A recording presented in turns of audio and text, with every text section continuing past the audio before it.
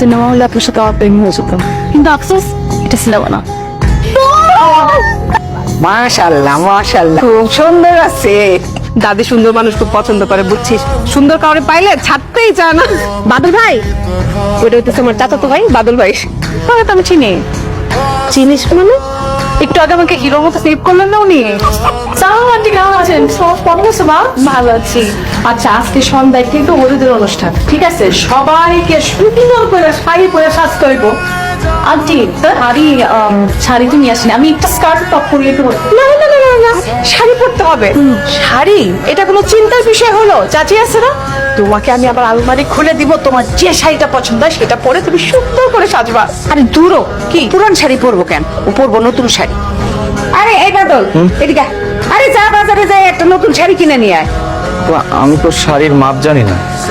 Hero সাহেব, সব শাড়ির মাপ এক, যে পরুক না কেন 12 হাত।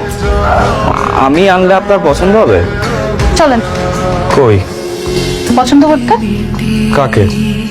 নারী শাড়ি।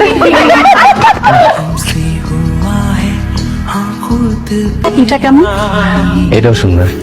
বাদন ভাই, আপনি তো আমি যেটাই ধরতেছি সেটাই বলছেন ভালো লাগছে, এবার তো কিভাবে নিবো বলেন তো? কি করবো, আপনি যেটা পছন্দ করতেছেন সেটাই আপনারা দেখতে ভালো লাগছে।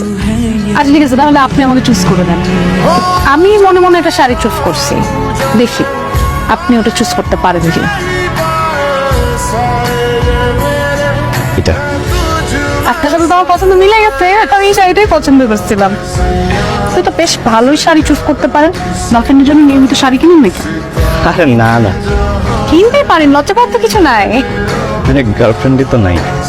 কি বলেন, আপনি এত সুন্দর শাড়ি চুজ করতে পারেন, মেয়ে চুজ করতে পারেন না? নাই, এই শাড়িটা প্যাক করুন।